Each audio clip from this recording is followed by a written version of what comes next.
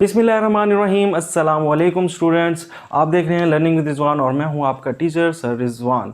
और आज की वीडियो के अंदर हमारा लेसन 8 है और हमारा टॉपिक है सेलुलर ऑर्गेनाइजेशन। पिछले टॉपिक के अंदर हमने लेवल ऑफ ऑर्गेनाइजेशन पढ़े थे कि कौन कौन से ऑर्गेनाइजेशन के लेवल्स हैं, जिसमें हम एटॉमिक लेवल से हम बायोस्फीयर लेवल तक हमने स्टडी किया था। तो आज जो है वो सेलुलर ऑर्गेनाइजेशन है। इस मीन के सेल की जो ऑर्गेनाइजेशन है वो किस तरह की है। तो मज़ीद डिटेल में टॉपिक पे जाने से पहले हम इतना से पढ़ लेते हैं कि सेल कितने टाइप्स के हैं। तो पिछले लेक्चर में भी हमने पढ़ा था कि सेल की दो टाइप्स हैं, एक प्रोक्रियोटिक सेल होता है और एक यूक्रियोटिक सेल होता है।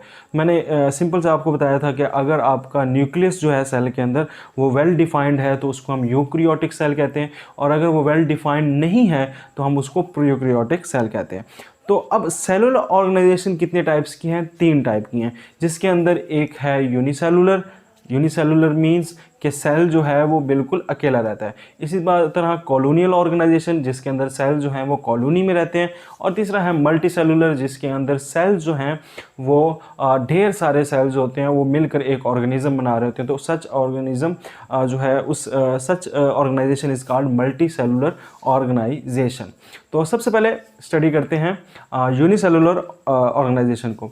तो यूनिसेलुलर ऑर्गेनाइजेशन सिर्फ एक सेल के ऊपर जो कंसिस्ट होता है पूरा ऑर्गेनिज्म, उसको हम यूनिसेलुलर ऑर्गेनिज्म कहते हैं। जो सिर्फ एक ही सेल, जिसकी पूरी जितनी भी ज़िंदगी है वो सिर्फ एक ही सेल के ऊपर होती है। इसके अंदर बहुत सारे यूनिसेलुलर ऑर्गेनिज्म आ जाते हैं। वो हो सकता है प्रोक्रियोटिक भी हों, हो सकता है यूक्रियोटिक भी हों। और ये सेल क्या करता है, ये अपना सारा इसका जो कंट्रोल होता है, ये बॉडी का जितने भी फंक्शन होते हैं ये खुद करता है, ये किसी चीज़ पे डिपेंड नहीं करता। फॉर एग्जांपल इसने फूड को इनटेक करना है या फूड को ब्रेक डाउन करना है, एनर्जी लेनी है या कोई चीज़ है जिस्म की बनानी है, तो ये एक सेल ही के अंदर सारा का सारा निज़ाम हो रहा होता है। इसकी एग्जांपल्स में हैं अमीबा और पैरामीशियम और यूग्लिना। तो ये 3 प्रोटिस्ट हैं जो इसकी एग्जांपल में अंदर आपकी बुक में भी मेंशन है, आप पिक्चर्स भी साथ साथ देख रहे हैं।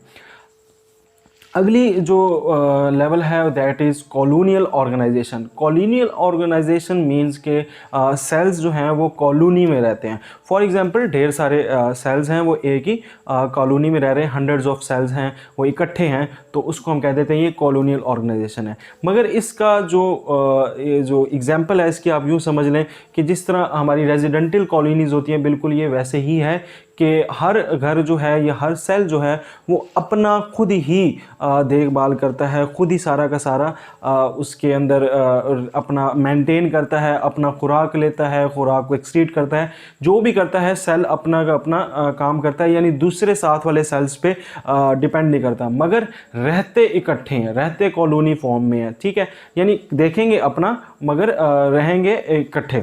तो जिस तरह हमारी रेजिडेंटल कॉलोनीज़ हैं वो भी इकट्ठी रहती हैं, हर घर का अपना खाना पीना होता है, मगर जो कॉलोनीज़ हैं रहना जो है वो इकट्ठा, उनकी लोकेशन इकट्ठी है। इसी तरह ये कॉलोनियल ऑर्गेनाइजेशन के अंदर भी सारे और सेल्स जो हैं रहते इकट्ठे हैं, मगर इनके अंदर लेबर ऑफ डिवीजन नहीं है। मींस के इनके अंदर काम नहीं है कि फ़लाँ सेल ने फ़लाँ काम करना है, फ़लाँ सेल ने फ़लाँ काम करना है। एक सेल है वो अपने सारे काम खुद देखेगा, दूसरा सेल भी अपने सारे काम देखेगा, इसी तरह हर सेल अपने सारे सारे काम देखेगा, मगर रहेंगे इकट्ठे और बनाएंगे colonial organisation. The last is multicellular organisation. Multicellular organisation कैसे बनती है कि जब सेल होता है वो मिक्स, जब ज़्यादा सारे सेल इकट्ठे हो जाते हैं तो वो टिश्यू बना देते हैं, टिश्यू जब इकट्ठे होते हैं तो ऑर्गन्स बना देते हैं, ऑर्गन जब इकट्ठे होते हैं तो ऑर्गन सिस्टम बना देते हैं, ऑर्गन सिस्टम जब इकट्ठे होते हैं तो ऑर्गेनिज्म बना देते हैं। ये हमने लास्ट चैप्टर लेसन के अंदर भी पढ़ा था। फॉर एग्जाम्पल मेरे पास यहाँ पर एग्जाम्पल आपकी बुक के अंदर भी हैं, 2 एग्जाम्पल्स हैं। एक प्लांट्स की दी हुई है, मस्टर्ड प्लांट जो मल्टी सेलुलर ऑर्गेनिज्म है, और एक फ्रॉग जो वो भी मल्टी सेलुलर ऑर्गेनिज्म है। तो सबसे पहले मस्टर्ड प्लांट को देखते हैं जी। मस्टर्ड प्लांट जो है ये इसका साइंटिफिक नेम ब्रासिका कैम्पेस्ट्रिस है, जिसे सरसों का पौधा भी कहते हैं। और ये सर्दियों में इसको जो है बोया जाता है, सो किया जाता है, और ये सर्दियों के एंड में, विंटर एंड के अंदर ये जो सीड है इसका एक्सट्रैक्ट कर लिया जाता है, निकाल लिया जाता है। और इसका मेन फंक्शन ये होता है कि जो इसके पत्ते हैं या स्टेम्स हैं, वेजिटेटिव पार्ट के जो है वो इस्तेमाल होता है फूड के लिए, खाने के लिए, और वेजिटेबल के तौर पर हम इस्तेमाल करते हैं। और जो सीड्स होते हैं उससे हम ऑयल वगैरह एक्सट्रैक्ट करते हैं। तो ये इसका फंक्शन हो गया। अब इसकी बॉडी के अंदर हम अगर इसको डिवाइड करें तो हम दो तरह के ऑर्गन इसमें देखते हैं। The number one organs are vegetative organs. अब वेजिटेटिव ऑर्गन्स कौन से हैं? जो सेक्सुअल रिप्रोडक्शन के अंदर हिस्सा नहीं ले रहे, जो रिप्रोडक्शन के अंदर हिस्सा नहीं ले रहे, तो उनको हम क्या कहते हैं? Vegetative organ. इसके अंदर जो पत्ते हैं, लीव्स, इसके अंदर स्टेम्स आ जाती हैं, रूट्स आ जाती हैं, ये वो हिस्से हैं जो रिप्रोडक्शन के अंदर हिस्सा नहीं ले रहे। ठीक है, तो ये वेजिटेटिव ऑर्गन हो गए। इसके बाद आता है रिप्रोडक्टिव ऑर्गन। अब रिप्रोडक्टिव ऑर्गन इसमें कौन कौन सी हैं जी? रिप्रोडक्टिव ऑर्गन वो हैं जो सेक्सुअल रिप्रोडक्शन के अंदर हिस्सा ले रहे हैं। तो अब उसके अंदर आ जाता है, इसके अंदर फूल है, फ्लावर के अंदर फ्लावर की वजह से फ्रूट बनता है और फ्रूट की वजह से सीड्स बनते हैं। तो ये जो पार्ट है इसको हम कहते हैं कि ये रिप्रोडक्टिव पार्ट है। क्यों? क्योंकि ये रिप्रोडक्शन में काम आ रहा है। इसके अंदर जो है मेल और फीमेल गैमेट मिक्स होके सीड्स बना रहे हैं, ओवरीज बना रहे हैं। तो ये सारा का सारा जो सीन है या जितने भी इसके अंदर ये प्रोडक्शन हो रही है, इसलिए इसको रिप्रोडक्टिव ऑर्गन कहते हैं। अब बात करते हैं फ्रॉग की। फ्रॉग का साइंटिफिक नेम राना टिग्रीना है और ये हर जगह देखते हैं आप, ठीक है, और पानी के अंदर भी रहते हैं और खुश्की के ऊपर भी रहता है। ये गर्मियों में ज़्यादा नज़र आते हैं, सर्दियों के अंदर ये हाइबरनेट हो जाते हैं।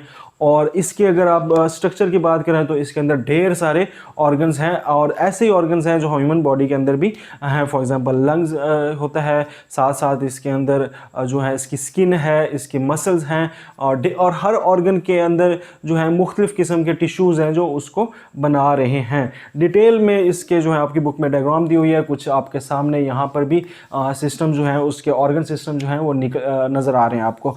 तो ये मुख्तलिफ ऑर्गन सिस्टम बनाकर एक मल्टी सेलुलर ऑर्गेनिज्म बनाता है और ये ढेर सारे इसके अंदर सेल हैं। तो बच्चों ये तीन ही सेलुलर ऑर्गेनाइजेशन थी, जिसके अंदर हमने सबसे पहले यूनिसेलुलर ऑर्गेनाइजेशन पढ़ी, फिर हमने कॉलोनियल पढ़ी और आखिर में हमने मल्टी सेलुलर ऑर्गेनाइजेशन बनी। तो आज का यही लेक्चर था। चैनल को आपने क्या करना है? सब्सक्राइब करना है और आपसे जो क्वेश्चन है आज के लेसन का वो ये है कि आपने 5 ऐसे साइंटिफिक नेम लिखने हैं कि जानवरों के जो आपको आते हैं, साइंटिफिक नेम अपने स्टडी करने, साइंटिफिक नेम ऑफ एनिमल्स। तो वो आपने कमेंट्स के अंदर ज़रूर आंसर उसका करना है। हमारा फेसबुक पेज भी ज्वाइन करें, वहाँ जहाँ पर आपको फ्री की ट्यूशन दी जाती है, फ्री के आपको क्वेश्चंस को आंसर दिया जा रहा है। तो दैट्स इट।